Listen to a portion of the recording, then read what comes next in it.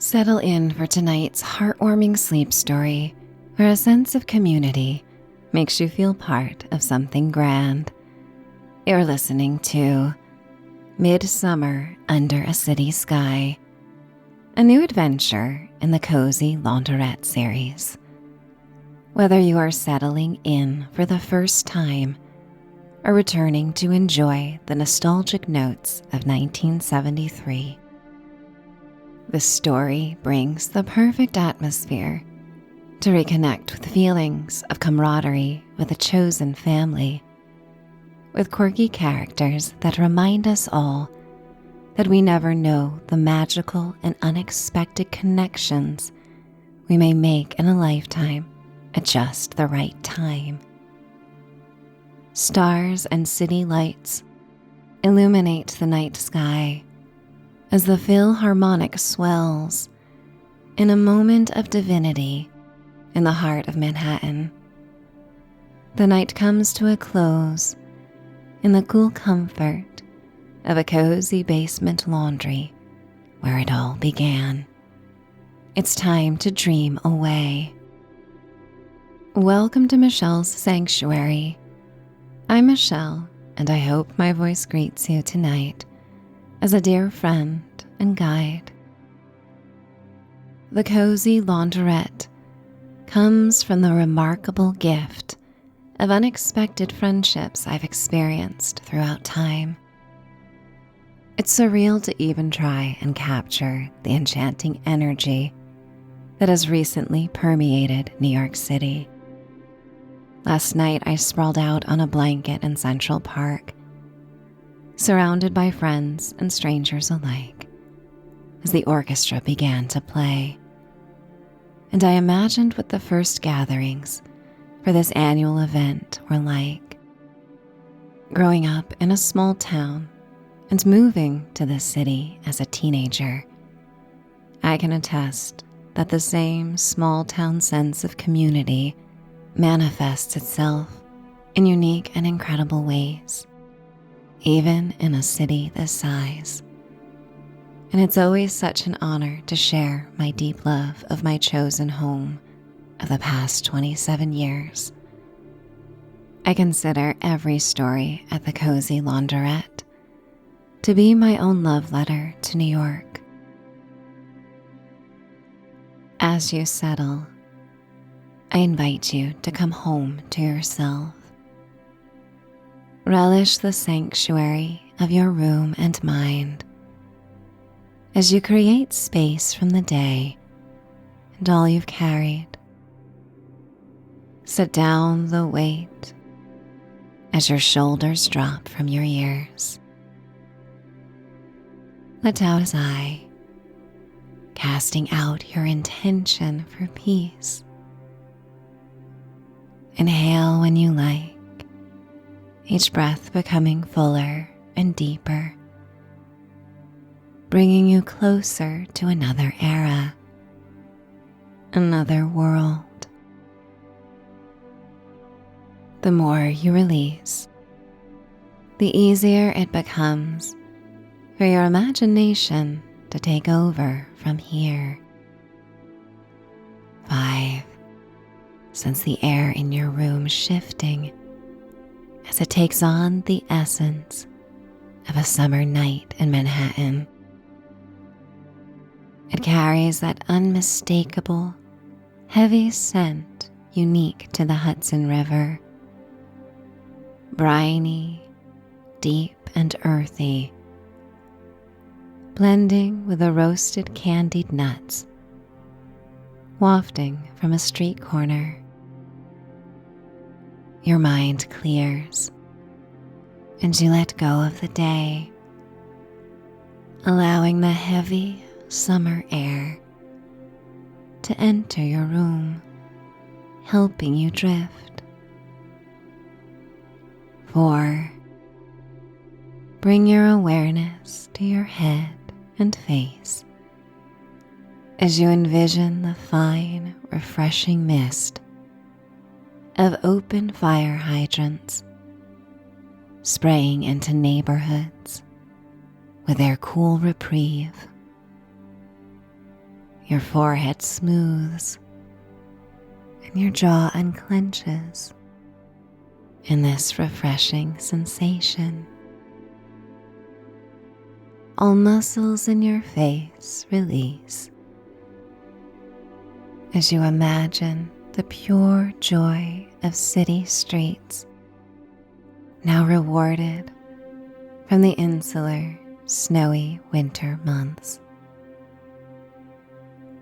3. A sigh arrives with a sense of deep appreciation that spreads warmth and ease through your chest. Follow that feeling down into your neck and shoulders. With every slow exhale, feel your shoulders sink an inch deeper into the surface beneath you. Feel that heavy relaxation melt down into your arms, leaving a quiet, resting stillness in the palms of your hands and the very tips of your fingers. 2. Your muscles soften further. Your chest expands and your belly goes slack, rising and falling at its own lazy tempo. The comforting weight of the summer night flows down your spine as your back releases. 1. From the crown of your head down to the soles of your feet, you are ready to drift back in time as our story begins. Perfect weather days are hard to come by in New York, but they leave impressions that linger, effortlessly erasing the memories of the dirty 8-foot snowbanks that shrank the sidewalk passages mere months ago. In the summer of 1973, you're just a few months shy of Barbra Streisand's reflection that what's too painful to remember, we simply choose to forget. And given the jovial atmosphere of the crowds and the pure pleasure of now being in a city where the air no longer stings your face, Streisand's lyric rings true.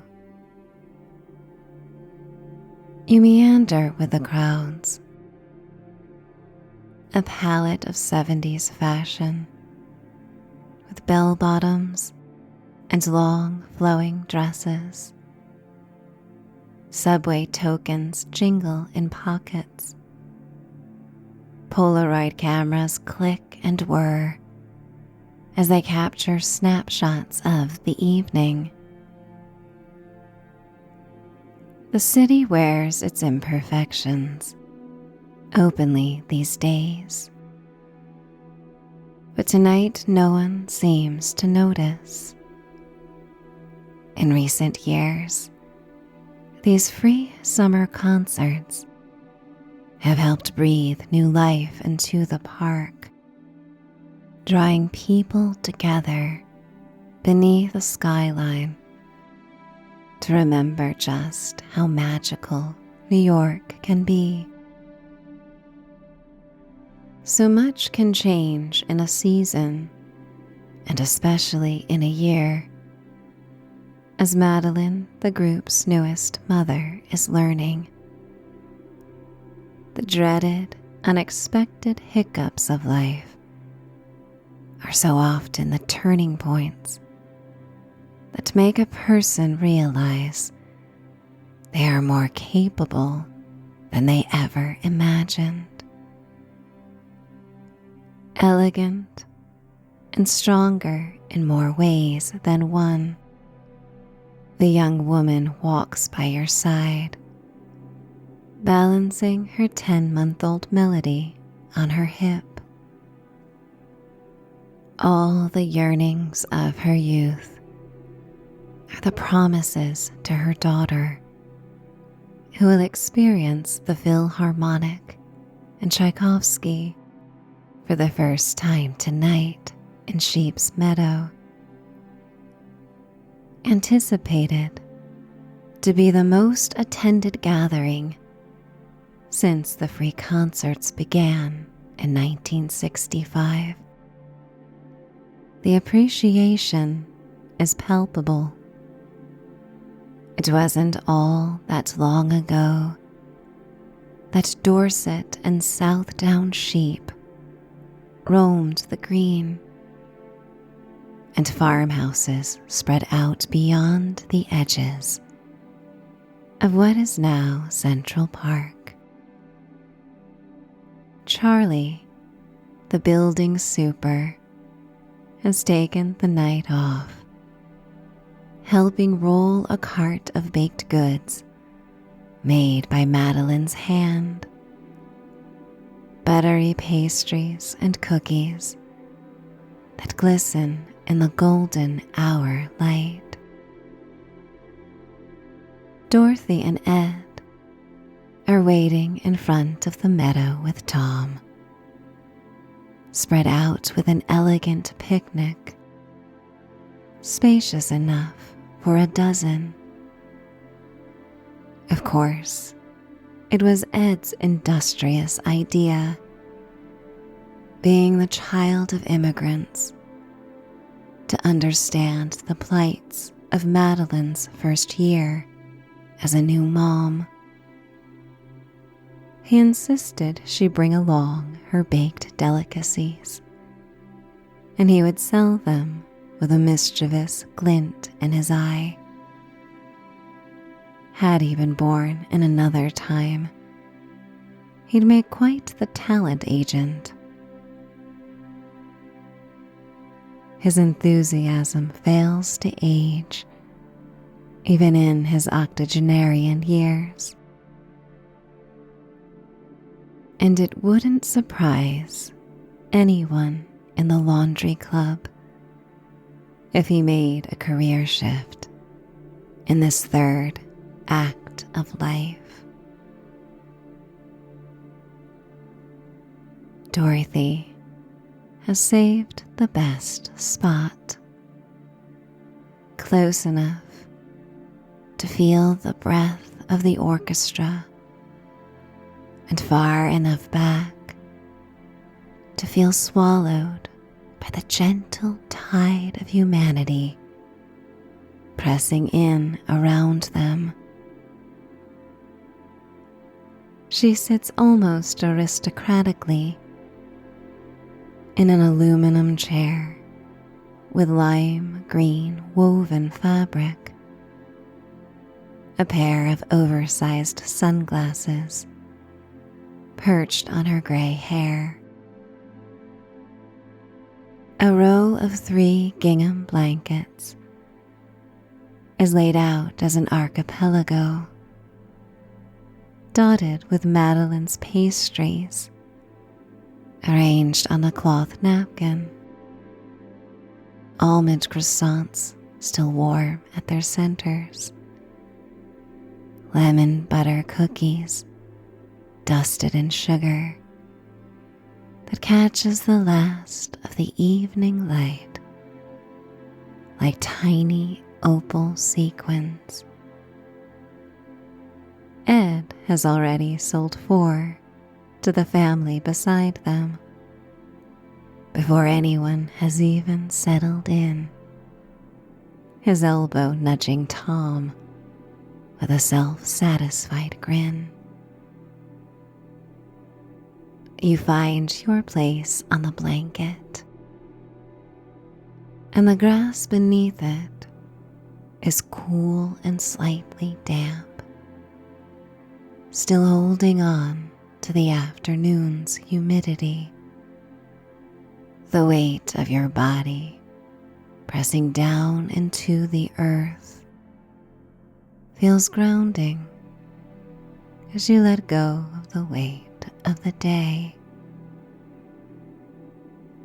Baby Melody, propped on Madeline's hip, takes in the meadow with a wide, unblinking gaze of someone encountering the world for the very first time. Her small fingers reach toward nothing in particular, opening and closing against the warm air. Perhaps she can sense it already, the particular electricity of a celebrated gathering like this. She may not remember this night, but somewhere deeply embedded in the core of her being is a sense of being loved and this chosen family around her. And it's the same sense of connection you get to witness and experience yourself amongst these friends who become family.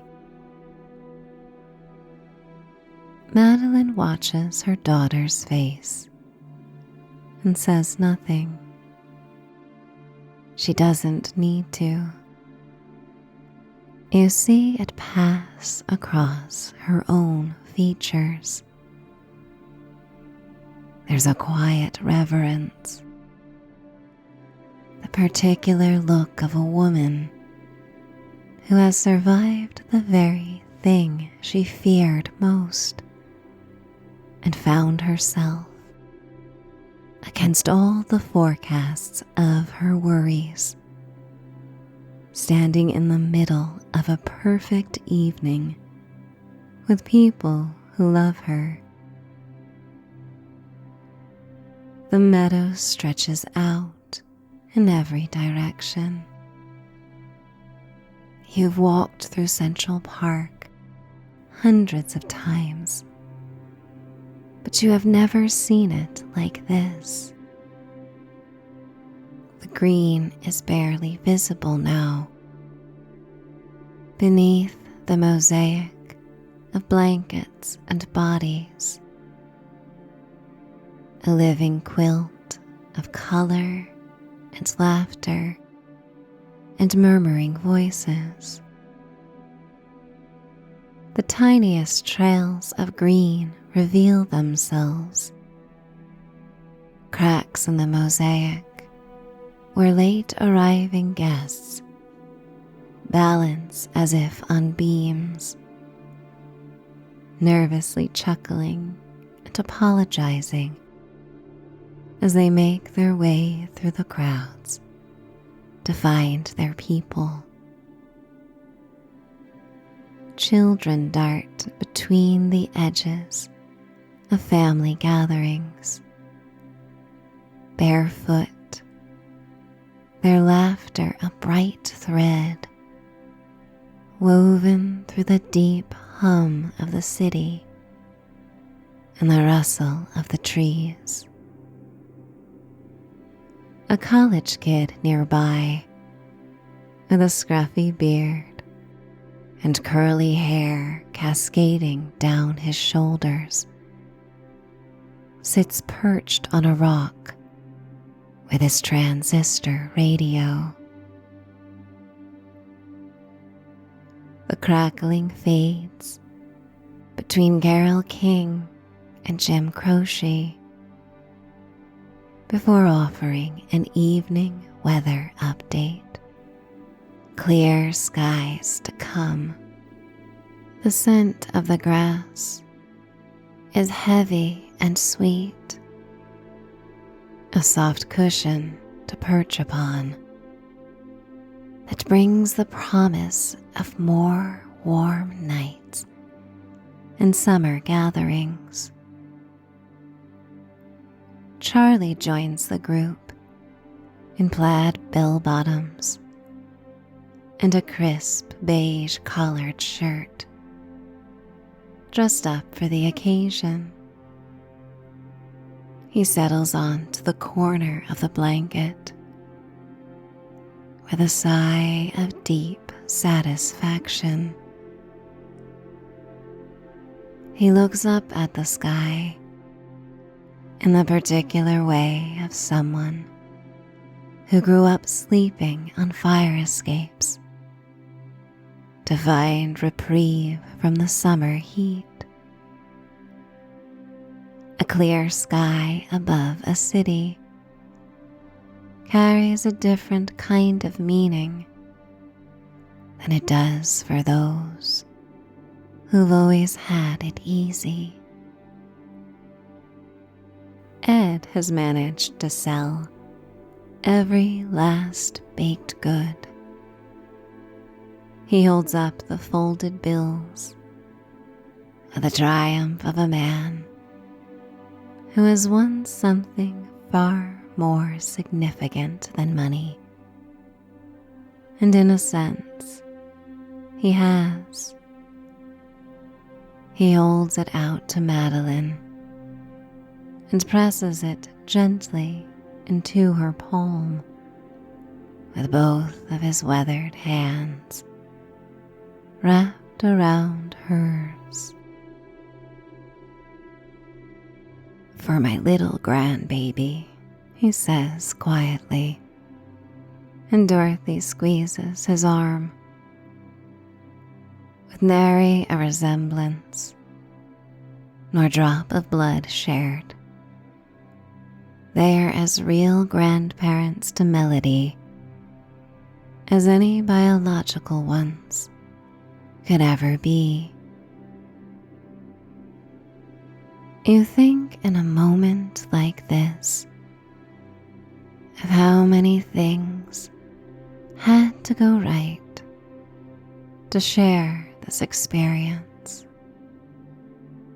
From simple visions and pipe dreams to polished realities, everything started as a single idea. Masterminds like Frederick Law Olmsted, who had a vision for this park, knew a thriving city needed greenery and an oasis to simply breathe and escape the industrial noise. You scan the crowd and ponder all the souls who found their way to this city, a place not for the weary, and where Sinatra crooned, "If I can make it there, I'll make it anywhere." The players in the Philharmonic spent countless hours married to their instruments, with the hope of one day sharing their music with a crowd this size, the largest crowd the park has ever seen, and the familiar melodies of Tchaikovsky will bring together 100,000 strangers who may have never heard of his heartbreak, yet recognize it instantly as the haunting melodies fill the night. Every single act of generosity, every determined mind serving ideas of beauty and art, every curious music lover and supporter of the park has made this meadow gathering a joyous occasion where all are welcome. This is what community feels like, and all humans hunger for it, even when they cannot articulate that particular pang and longing. Tonight, as you settle on the blanket, you feel it being fed and nurtured.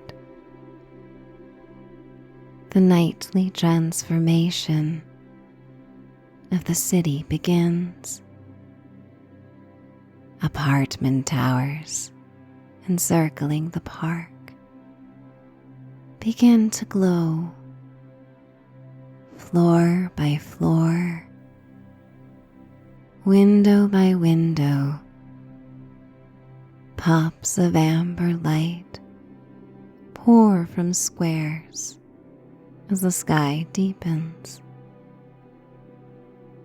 The first stars may appear, but flicker less brightly than the city lights.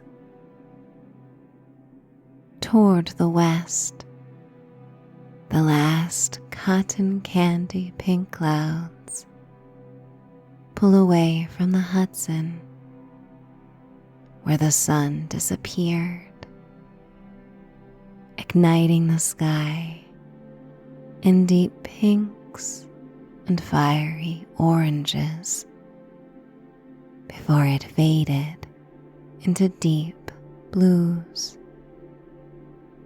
Quite suddenly, something changes in the air. A ripple of murmurs and whispers moves through the crowd. Heads turn, one by one, toward the stage as the orchestra players take their seats, and the anticipation builds as everyone breathes together in the dark. The conductor raises his baton, and the silence follows. It's a silence so profound, you can hear the city around it. The distant beep of a taxi horn,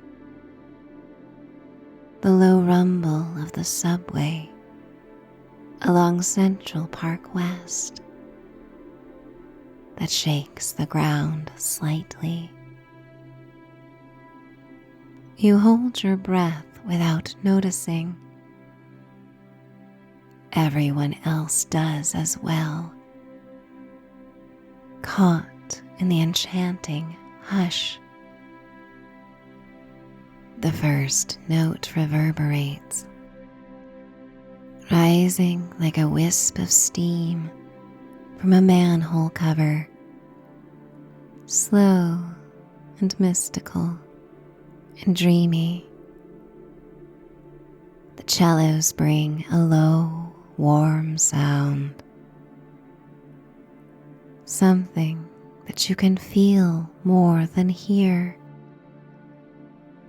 The vibration travels up through the ground and the blanket and settles in your heart center as if receiving a loving massage. The violins swell above, soaring like the resident park birds taking flight. Their elegant V-shapes cast against the periwinkle blues of puffy clouds. The melody unfolds into the night air, singing out that this is how calm and fulfilling simple moments in between the big life events are meant to be cherished. Melody, true to her name, goes entirely still.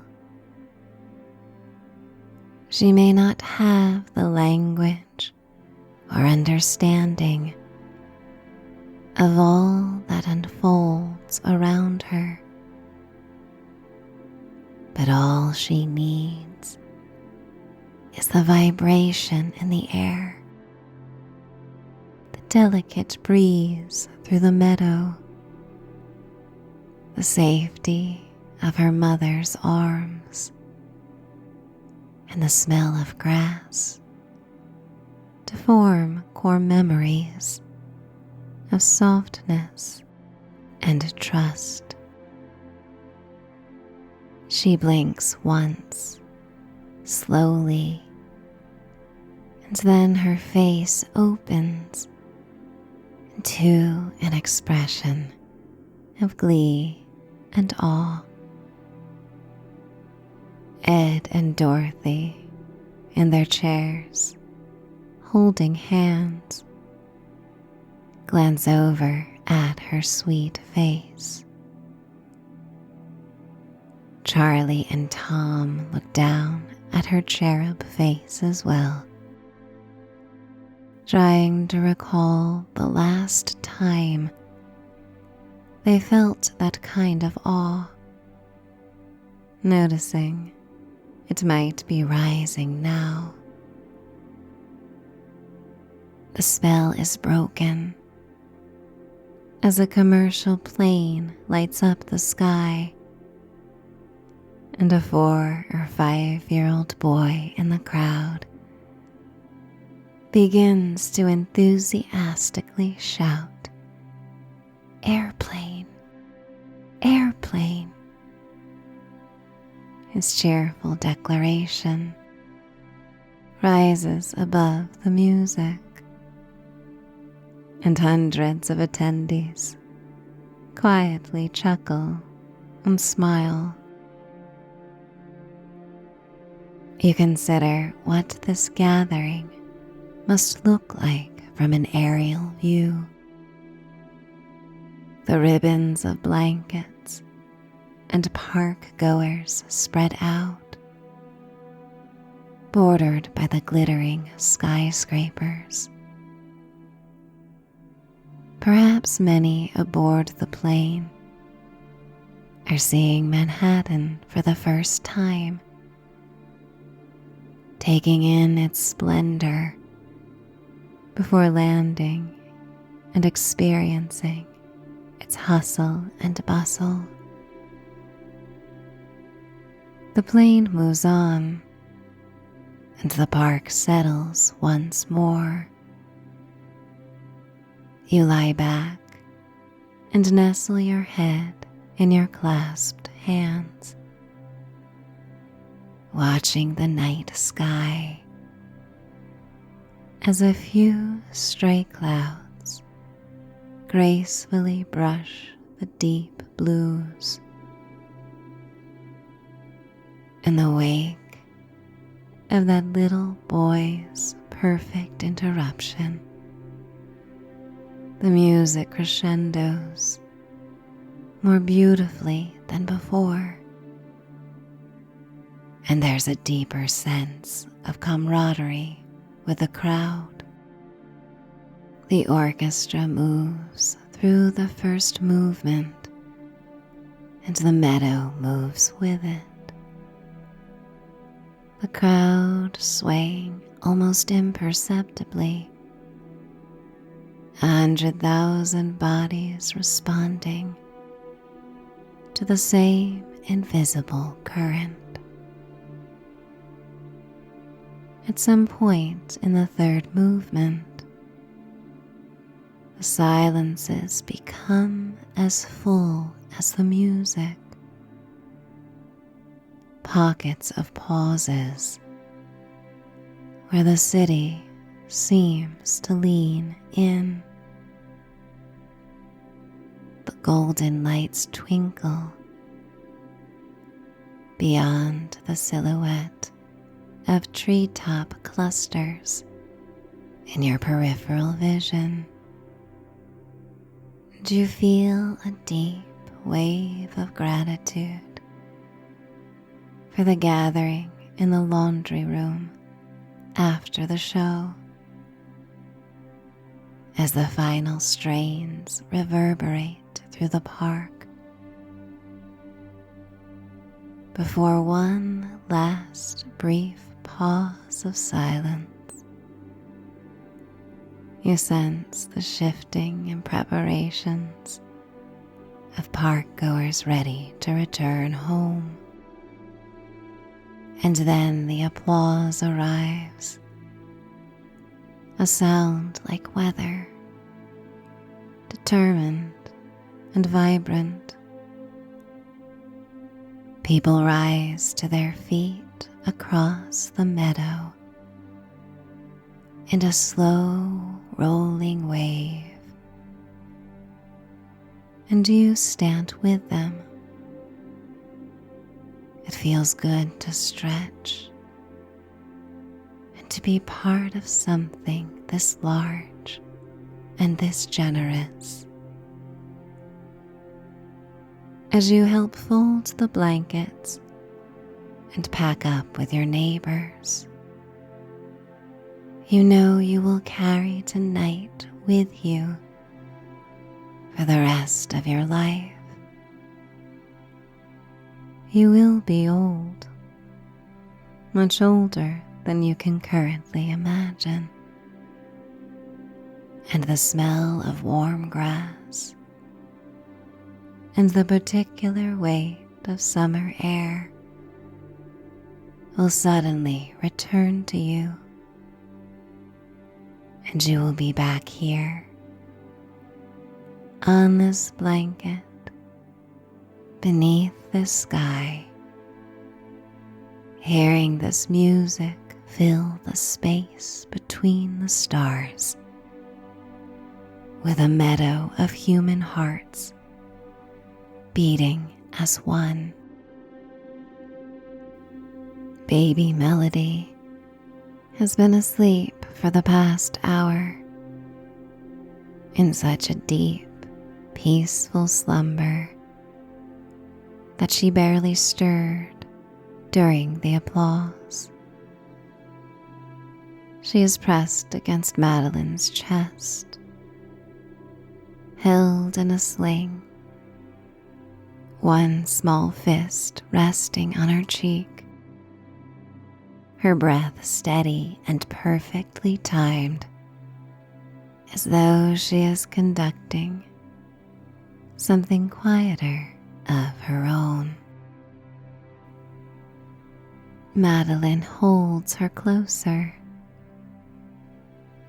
You all take your time, quietly exiting the park as the moon rises high in the sky. The wood chip paths wind through the dark between the trees, and the air is cooler now, noticeably so, carrying the night's reward after the day's heat. Your small group falls into an easy, reflective silence as you walk. Charlie carries the chairs on the cart and a folded blanket over one arm. Tom helps carry the baskets.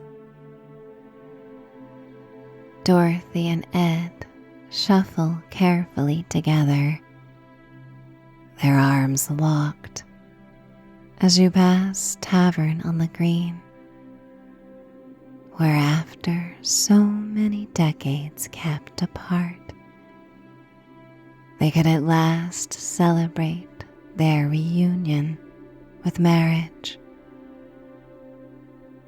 You walk beside Madeline, as Melody still sleeps, the baby's head resting on her collarbone. At the edge of the park, the city reminds you of its presence, with a rushing yellow checkered cab, managing to time the green lights perfectly, always considered a good omen. The subway rumbles somewhere beneath your feet, and the ivory wash of the street lights leads you through the shadows of the low-rise townhouses. The charming brownstone is exactly as you left it. The window boxes, still bright against the stones, overflowing with summer's blooms. A crystal vase of Dorothy's roses still perfumes the cool hallway. The summer stirs the aromas of history that live in the walls, the sweet wood, and the old bricks. You descend to the laundrette together. The room smells of detergent and cool water, a comforting reminder of the afternoon wash that now sways gently on the clothesline just outside in the courtyard. Even in the hot summer, the basement remains quite cool. The machines still occasionally offer a metallic tink, settling in the night. Tom puts on a record as Charlie arrives with some ice and mint lemonade that Ed helps him serve. Madeline, with Melody still sleeping in her arms, watches them from the deep wingback chair with the expression of a woman who cannot believe her luck, the ordinary miracle of people who have decided to show up for each other again and again. Outside, the city vibrates in its nighttime timbre, lower and steadier than the daytime soundtrack. The late buses and distant sirens weaving themselves into a reminder of what's just beyond the historic walls of the basement laundrette. Tom settles with a book, a passage chosen to reflect on this wondrous night. Summer Night Riverside by Sara Teasdale. In the wild, soft summer darkness, how many stars are hurtled from the hills of the sky into the river, to be lost in the water and forgotten. The city wears its lights like golden spangles. Glance after glance on the dark and glowing river. The mists are gray, and the world is full of a music that the street lamps make, and the ripples sing together. There are hundreds of thousands of us here in the evening, moving and shuffling, a huge and friendly shadow, while the boat that goes to Albany goes by us, and the night wind blows, and the river shines in the dark. He closes the volume, and you consider how beautifully Sara captured New York, so much still similar 60 years later, and even another 50 more. After a while, the lemonade is finished, and a delicious sense of sleepiness moves through the air. Melody stirs just enough that Madeline decides it's time. Charlie walks her upstairs. Tom stands and stretches and says goodnight in the specific way of an overthinker and creative mind who is already composing the poem he will write about tonight. Ed holds the door. Dorothy takes his arm. You are the last to leave. You stand in the doorway for a moment, looking back at the quiet room, the sleeping machines, the velvety chairs, the shelves of books, and feel it, the particular fullness of an evening well spent, the sense that something was added to the world tonight, and some of it has settled inside you permanently. Then you climb the stairs, every familiar creak greeting you. Once in the familiar safety of your apartment, the door clicks shut behind you, and the city outside is barely a whisper. Your sweet pet greets you and follows you to the bathroom, where you enjoy a quick shower, washing away any remnants of the summer day and the park. Freshly clean and changed into lightweight pajamas, you make your way through the apartment to your bedroom without turning on the light. The honeyed glow from the city is enough to guide you as it filters through the window and forms wide pools of light on the wooden floors. You enter the bedroom and approach the bed, peeling back the freshly laundered covers. You find the cool side of the pillow. The sheets are crisp and clean. The AC fills the room with white noise, drowning out the sounds of the city. The sanitation trucks clanking and idling down the street are muffled,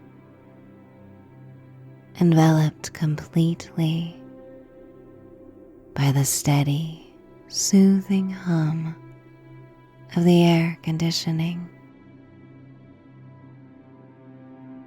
The magical night replays in your mind once more. Its memory is an act of healing and goodwill. The strings are warm in your mind, bringing a sense of fluidity as you drift. You think back to Melody's sleeping face and the young boy calling out at planes and the held breath of 100,000 strangers, all leaning into the same beautiful pause. You feel all at once connected and at such deep peace in your solitude. Your pet curls at your feet as the tides of sleep arrive, like the Hudson lapping along the west edges of Manhattan, finding serenity, finding gratitude, finding abundance, finding sleep. It's time